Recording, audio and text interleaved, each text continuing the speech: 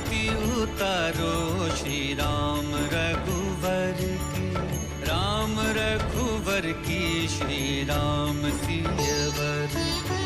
आरती उतारो श्री राम रघुवर की, राम रघुवर की, श्री राम सियवर की।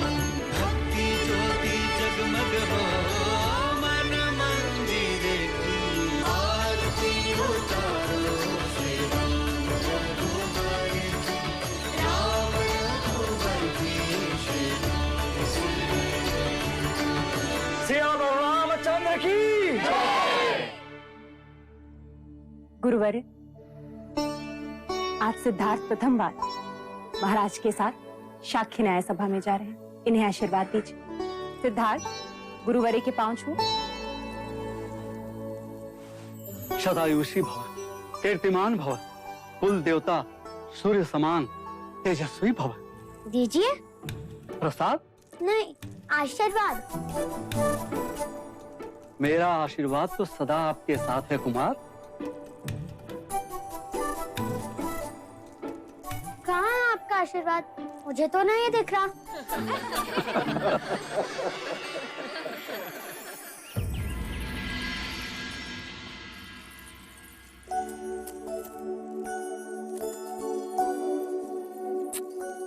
क्या न्याय सभा जाने के लिए इतने आभूषण पहनना आवश्यक है माँ? हाँ, क्यों? तभी तो तुम युवराज लगोगे। तो क्या आभूषण ना पहनने से युवराज युवराज नहीं होते? तुम्हारा नाम सिद्धार्थ नहीं, प्रश्न होना चाहिए था। महादेवी, युवराज को काला टीका लगा दे, कहीं इन्हें आप ही की दृष्टि ना लग जाए।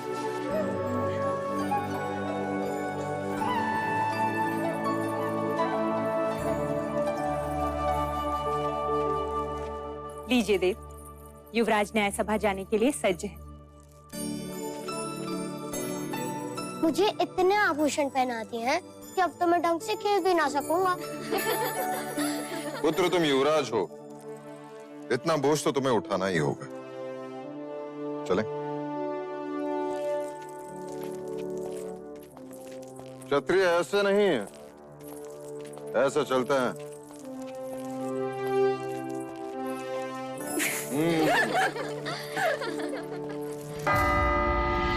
आप सभी का कपिल वस्तु की न्याय सभा में स्वागत है, और स्वागत है हमारे युवराज सिद्धार्थ का और कुमार देवदत्त का भी, जो आज प्रथम बार कपिल वस्तु की न्याय सभा में उपस्थित हुए हैं। युवराज सिद्धार्थ की, युवराज सिद्धार्थ की, युवराज सिद्धार्थ की। शांत हो जाइए, शांत हो जाइए। महाराज शुद्धोदन की आज्ञा से अब आज की न्याय सभा आरंभ की जाती है। अब दोनों किसान अपनी अपनी न्याय याचना लेकर महाराज के सम्मुख उपस्थित होंगे।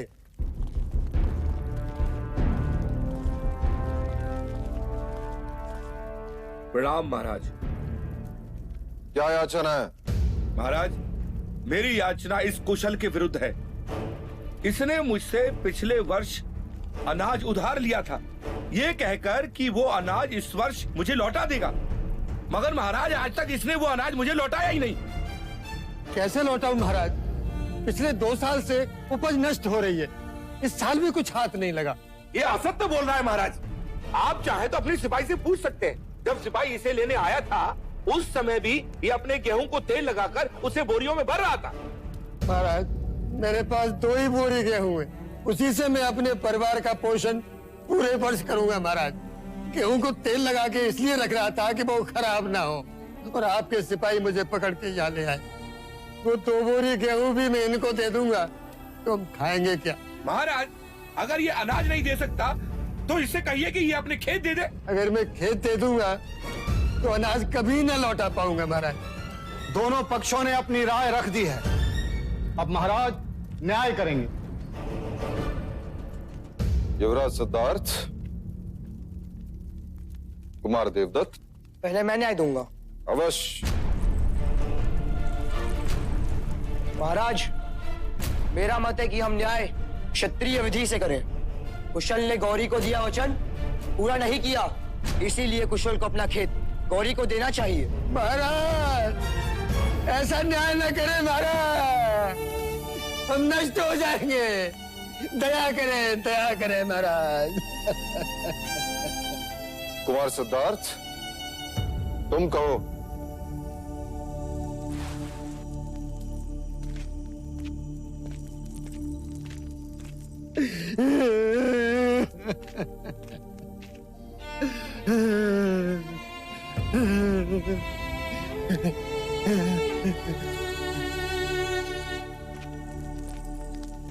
महाराज, यदि कुशल गौरी को गेहूं दे देगा तो अपने परिवार का पेट कैसे पालेगा?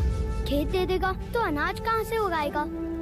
और गौरी को उसका अनाज कहाँ से लौटाएगा? वैसे भी गौरी के पास अनाज का अभाव नहीं, इसलिए मुझे लगता है कि कुशल की अनाज लौटाने की अवधि बढ़ा दी जाए।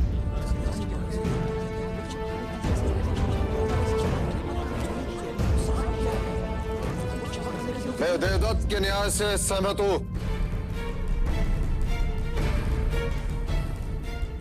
यदि व्यापारी अपना वचन पूर्ण नहीं करेगा तो राज्य का व्यापार रुक जाएगा। इसलिए कुशल को, गौरी को कुछ न कुछ तो देना ही होगा। क्षमा करें महाराज, चलते समय मेरे पास जितने पन थे वो सब गौरी को दे दिए मैंने। महाराज इसने मुझे कुछ नहीं दिया। महाराज गौरी असत्य कह रहा है। महाराज मैं असत्य क्यों बोलूंगा? महाराज आप कहें तो मैं सत्य का पता लगा सकता हूँ। ठीक है तो करो परख, कौन है सत्य और कौन असत्य। सिक्के दो गौरी। किंतु युवराज, ये सिक्के तो मेरे हैं।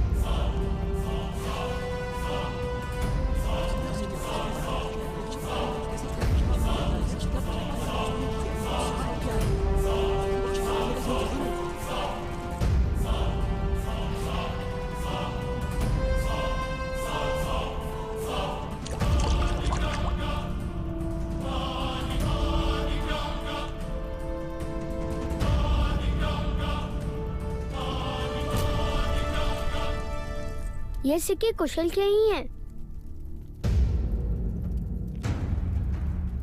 इस बात का क्या प्रमाण है कि ये सिक्के कुशल के ही हैं? क्योंकि जब कुशल ने सिक्के दिए तब वो गेहूं को तेल लगा रहा था और तेल सिक्कों पर लगा है।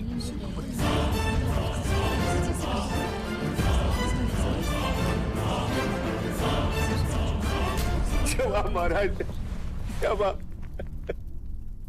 ये सिक्के कुशल के ही है महाराज, कुशल की। इससे ये प्रमाणित होता है कि कुशल ने गौरी को सिक्के दिए थे और इसके नियत में कोई खोट नहीं।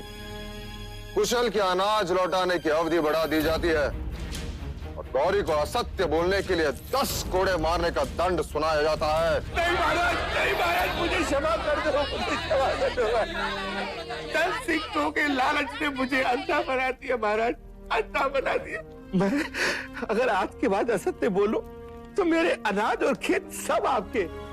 महाराज गौरी को क्षमा कर दीजिए, अब से वो कभी असत्य नहीं बोलेगा।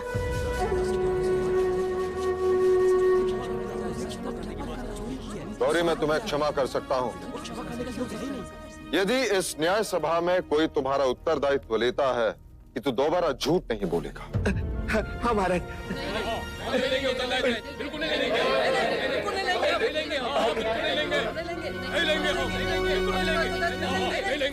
देखा गौरी, तुम्हारा उत्तरदायित्व लेने के लिए कोई तैयार नहीं, इसलिए तुम्हें 10 कोड़े मारने का दंड। महाराज गौरी का उत्तरदायित्व मैं लेता हूँ।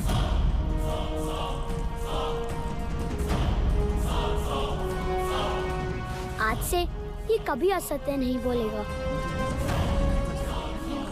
सिद्धार्थ, पता है उत्तरदायित्व लेने का अर्थ क्या है? यदि गौरी ने दोबारा असत्य कहा तो कोड़े तुम्हें खाने होंगे। हाँ ज्येष्ठा, पर गौरी तो यातना से बच जाएगा ना?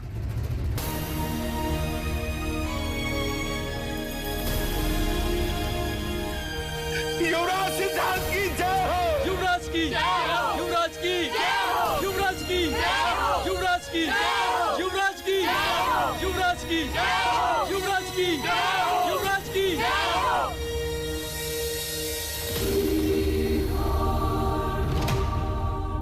लाख जतन कर ले राजन, तेरा पुत्र सन्यासी ही बने।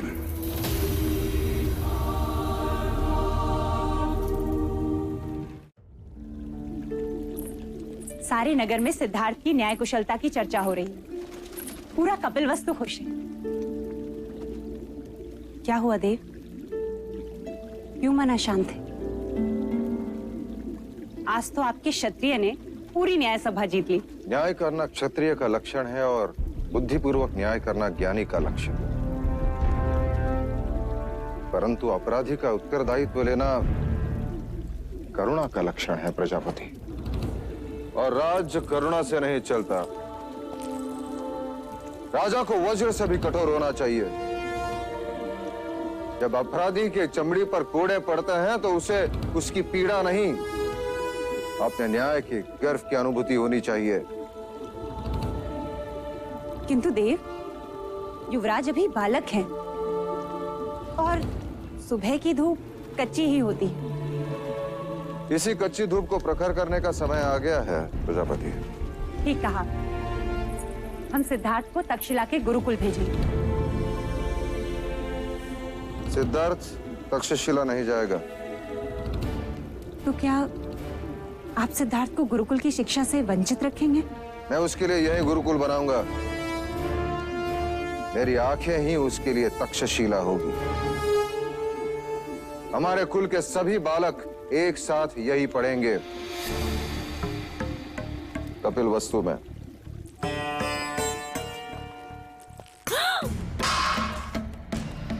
भोजन पर क्रोध नहीं करते देवदत्त। क्यों न करूं? मुझे सब पर क्रोध आ रहा है। मेरा न्याय उचित था, महाराज भी सहमत थे, फिर भी प्रजा ने सिद्धार्थ के नाम की जय जयकार की। क्यों?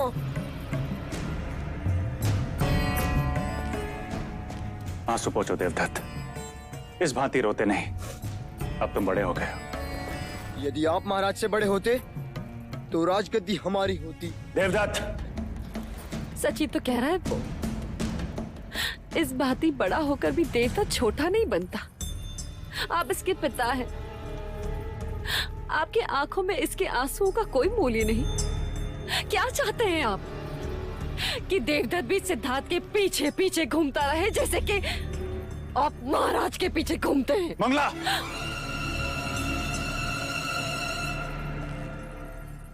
अब देखना देवदत्त के आंसुओं का मूल्य कौन चुकाता है, महाराज शुद्धोधन अथवा युवराज सिद्धार्थ।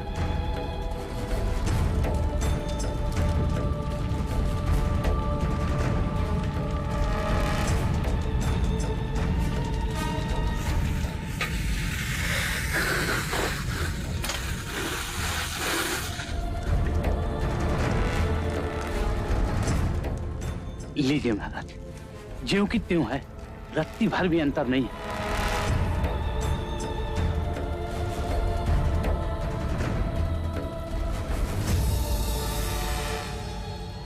ध्यान रहे, किसी को पता ना चले। महाराज, अगर मुंह बंद करने का कुछ मूल्य मिल जाता तो।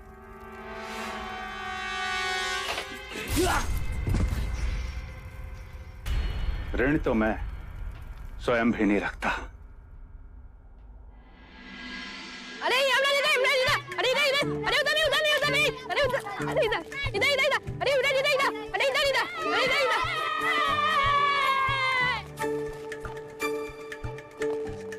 खेलोगे हमारे साथ?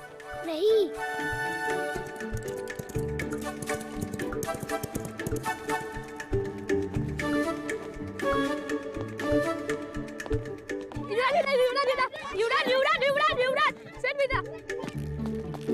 कुमार, वहाँ मत जाइए, वहाँ युवराज खेल रहे हैं। चल।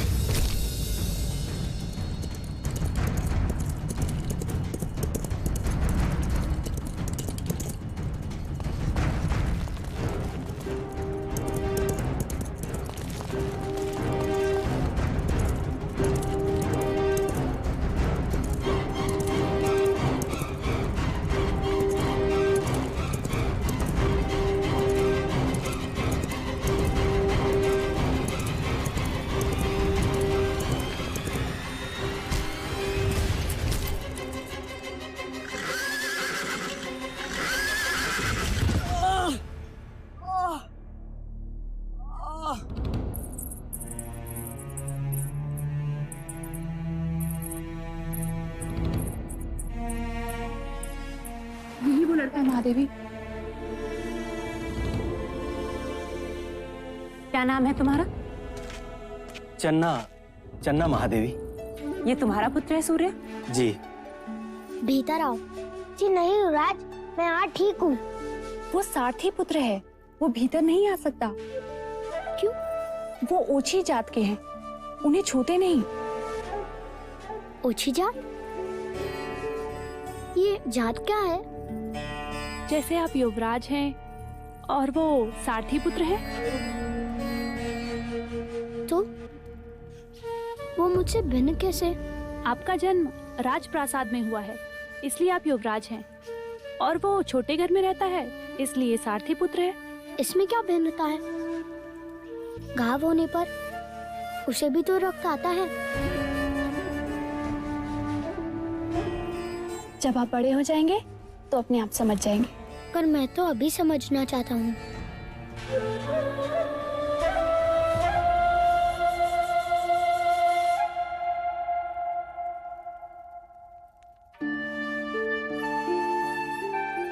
अरे नहीं नहीं युवराज, ये क्या कर रहे हैं आप?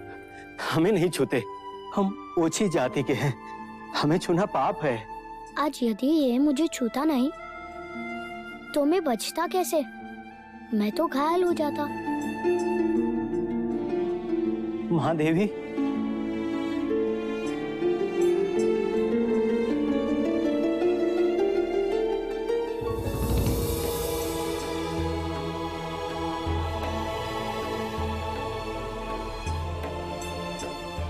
देवदत्त कैसा है?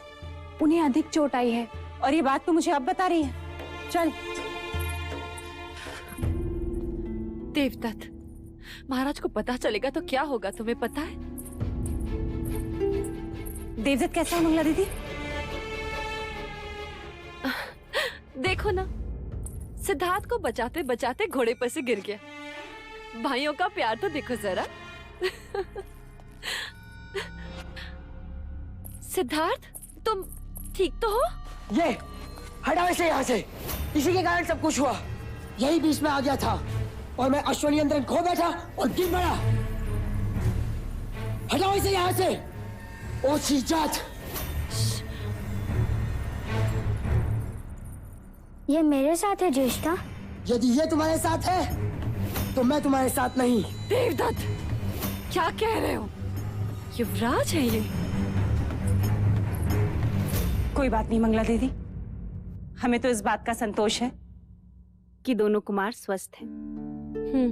एक बात और मंगला दीदी, ये बात महाराज तक ना पहुंचे, अन्यथा अकारण ही युवराज को लेकर चिंतित हो जाएंगे।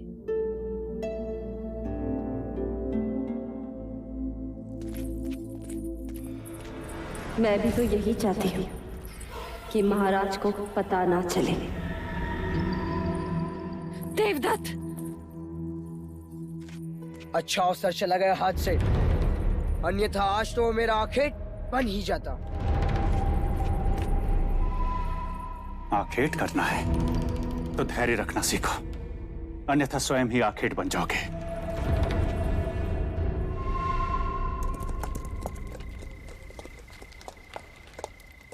गौरी नंदन जी जी, कहिए क्या आदेश है?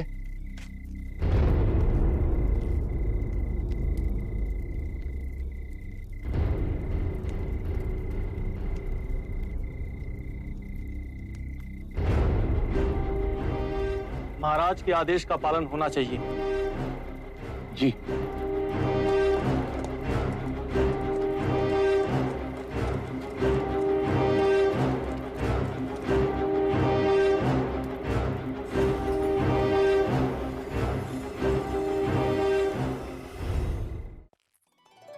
हम सब कहाँ जा रहे हैं यार?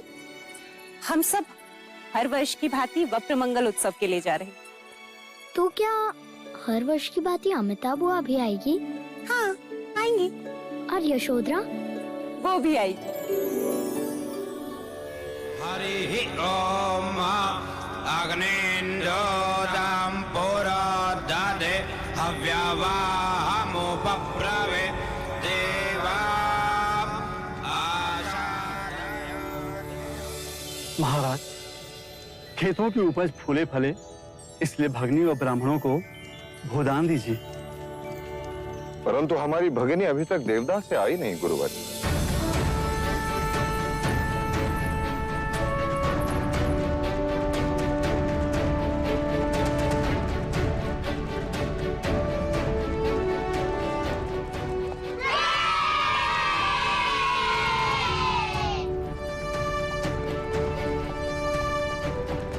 यशोधरा, क्या ये तुम्हारा हाथी है?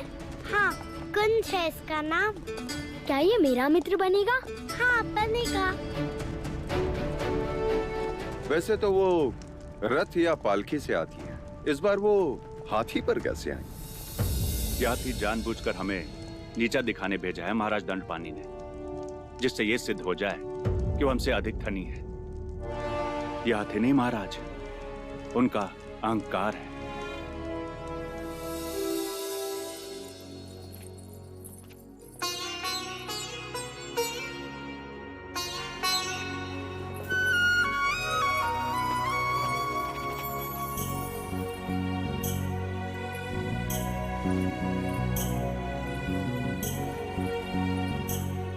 पल्लू से ढक दिया मेरी पुत्री को, इसका अर्थ जानती हो क्या? अब से ये तुम्हारी हुई। तुमसे किसने कहा कि ये पराई है? ये तो पहले से ही हमारी है। क्यों यशोधरा?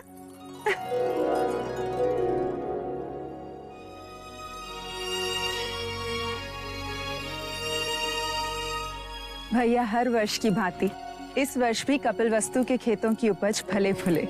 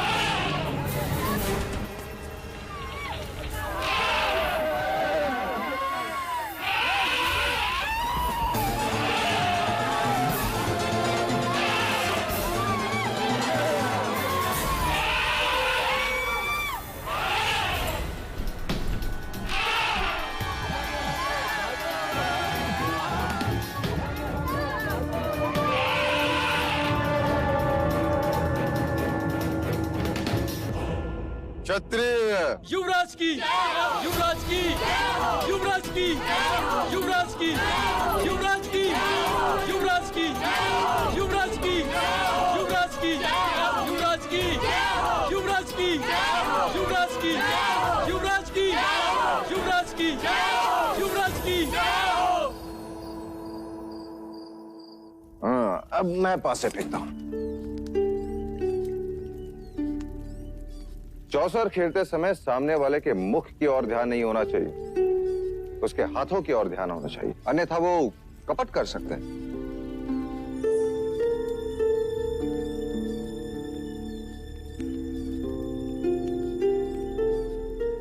क्या उस हाथी जैसा तुम्हें मेरे सर पर भी कांटा दिखाई दे रहा है? हाँ। निकाल दो। निकाल दो। निकाल।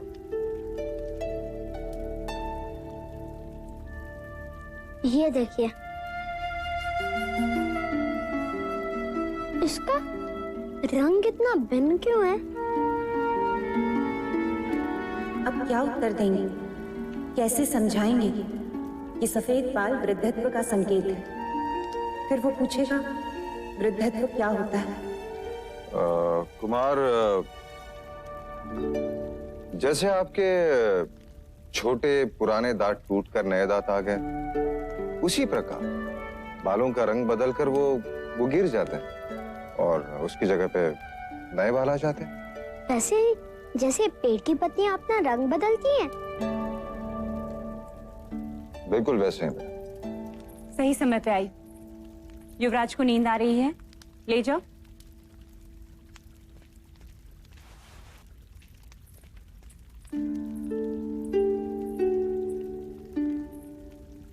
युवराज का ध्यान सूक्ष्म बातों पर, बुद्धि कशाग्र है और निरीक्षण तीक्ष्ण। आज तो बात टल गई, किंतु कल घोषणा कर दी जाएगी। राजप्रसाद में सब सर ढक कराएंगे और स्त्रियां सर पर मेहंदी के पत्तों का लेप लगाएंगे, केश का रंग बदल जाएगा। नहीं देव, क्या हम सिद्धार्थ को सच्चाई नहीं बता सकते? अतीत की आलोचना मनुष्य को उदास करती है और भविष्य की कल्पना उससे निर्बल। इसलिए वर्तमान में जियो प्रजापति। मेरे लिए हर वो सत्य असत्य है जो सिद्धार्थ को जीवन की व्यथा का परिचय दे। और हाँ, सिद्धार्थ को प्रातःकाल जगा देना, गुरुजन आ रहे हैं।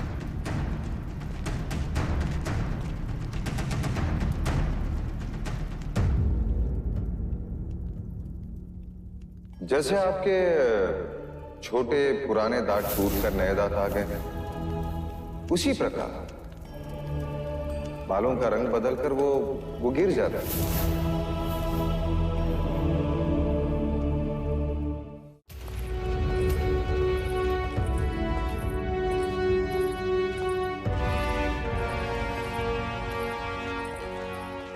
युवराज, ये सारे ब्राह्मण वेद के अंग हैं। गुरु कौंडिल्य आपको शास्त्र की शिक्षा देंगे। गुरु अश्वपाल तुम्हें घुड़सवारी सिखाएंगे। राजनीति का ज्ञान गुरुवर्य तुम्हें देंगे। छंद एवं व्याकरण गुरुवर्य आपको सिखाएंगे। ये खगोल शास्त्र के वेद विज्ञान में कुशल है। आज से ये सारे ब्राह्मण तुम्हारे गुरु हैं। इनके आदेश का पालन करना तुम्हारा धर्म है। इनसे आशीर्वाद लो।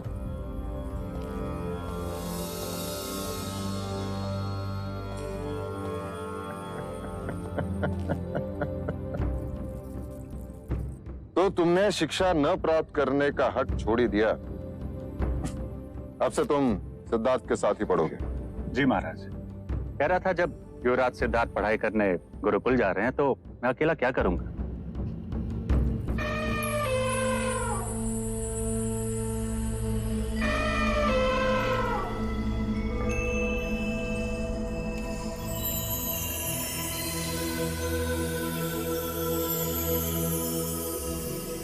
महाराज, हाथी और कुंवारी का सामने आना अच्छा शगुन है।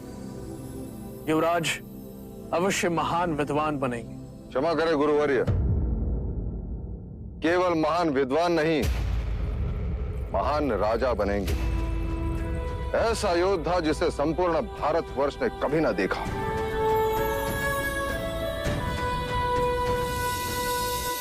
ये क्या है? दीपक। ये दीपक ज्ञान और ध्यान का प्रतीक है। वो कैसे? ज्ञान का प्रतीक इसलिए कि जब यह प्रकाशित होता है तो हम निकटतम जगत को जान लेते हैं, और ध्यान का प्रतीक इसलिए कि जब यह प्रकाशित होता है तब सबका ध्यान उसी की ओर आकर्षित होता है। शिक्षा का प्रारंभ हम ब्रह्मनाद से करेंगे, अर्थात ओम के उच्चारण से करेंगे। जब तक ये दीपक मंगल नहीं हो जाते, सबको उच्चारण करते रहना होगा।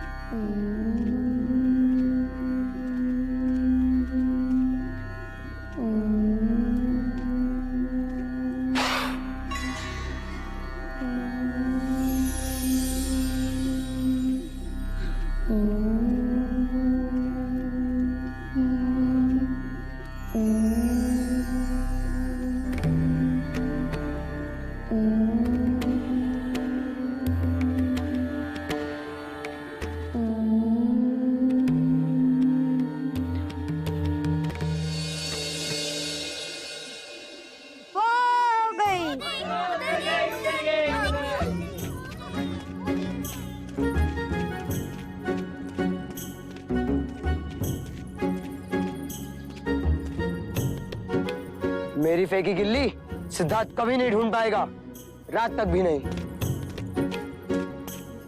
गिल्ली मिल गई! गिल्ली मिल गई दोस्तों!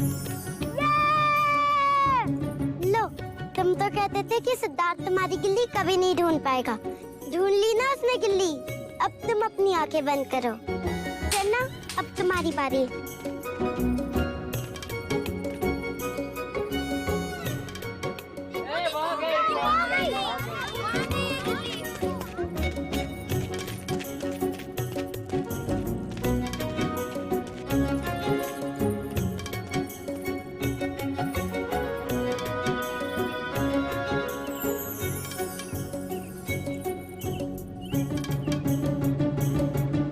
मिल गई गिल्ली, मिल गई।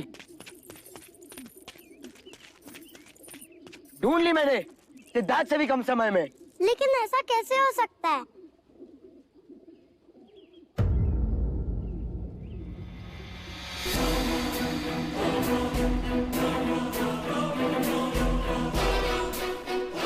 गिल्ली तो यहाँ है।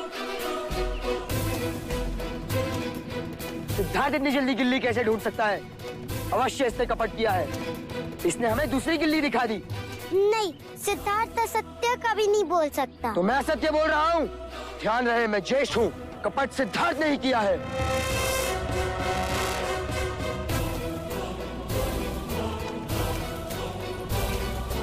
देखा कैसे चला गया?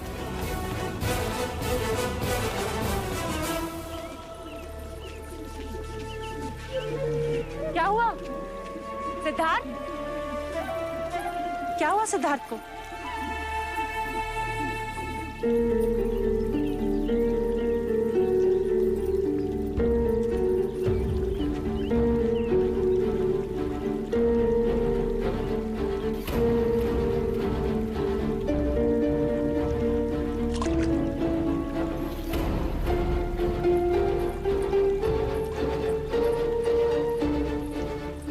सिद्धार्थ, तुमने सत्य कहा, तुमने कपट से खेल जीता। महाराज को इस बात का पता चलेगा तो उन्हें कितना दुख होगा, जानते हो तुम? तुमसे यह अपेक्षा नहीं थी मुझे। सच कह के हार जाते तो इतना दुख नहीं होता। तुम्हारा दंड यह है कि मैं तुमसे अब बात नहीं करूंगी।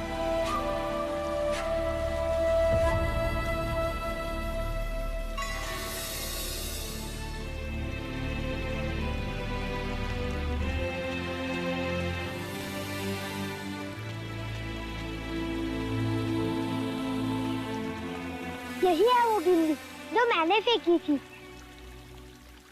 देखो, इसका कोना टूटा है। रेस्ता की दिखाई हुई गिल्ली दूसरी थी। कपट सिद्धार्थ ने नहीं किया महादेवी।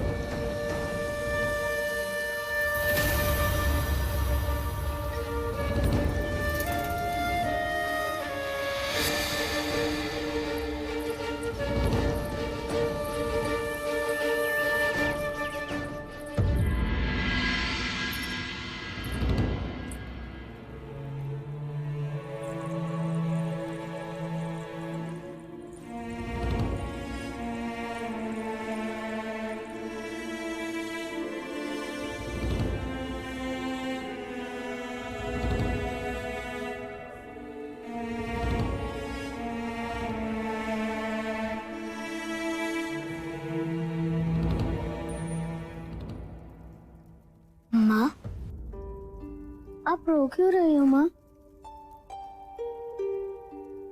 पुत्र, तू सही था तो तूने प्रतिकार क्यों नहीं किया? क्यों नहीं कहा कि असत्य तूने नहीं देवदत्त ने कहा था? माँ, आप ही ने तो कहा था बड़ों का मान रखना। मैं चेष्टा को झूठा कैसे कहता? यदि वो झूठा प्रमाणित होते तो उन्हें दंड मिलता। किंतु दंड तुझे मिला सिद्धार्थ। असत्य का आचरण देवदत्त ने किया। तू सच क्यों नहीं बोला? मैं सच्चा था इसलिए चुप रहा, क्योंकि सत्य स्वयं प्रकाशित होता है, उसे कोई छुपा नहीं सकता। ऐसा मैंने गुरुजी कहते हैं। किंतु व्यवहार में ऐसा नहीं होता पुत्र। स्वयं को बचाना मनुष्य का कर्तव्य है। अर्थात झूठ का आचरण करता। पुत्र, खरे सोने में भी जब मिलावट होती है ना, तभी आभूषण बनता है। अब से याद रखूंगा माँ। अच्छा बता, अब मेरा क्या प्रायश्चित है? अकारण ही तुझे दंड दिया।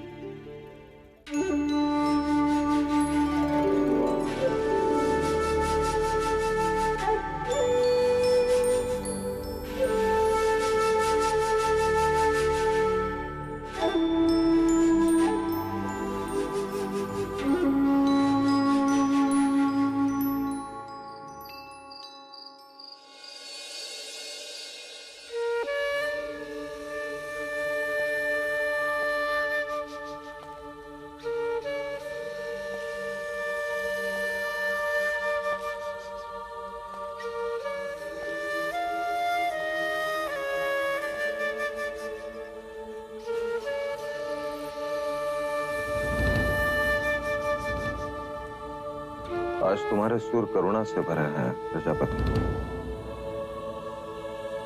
तुम दुखी हो।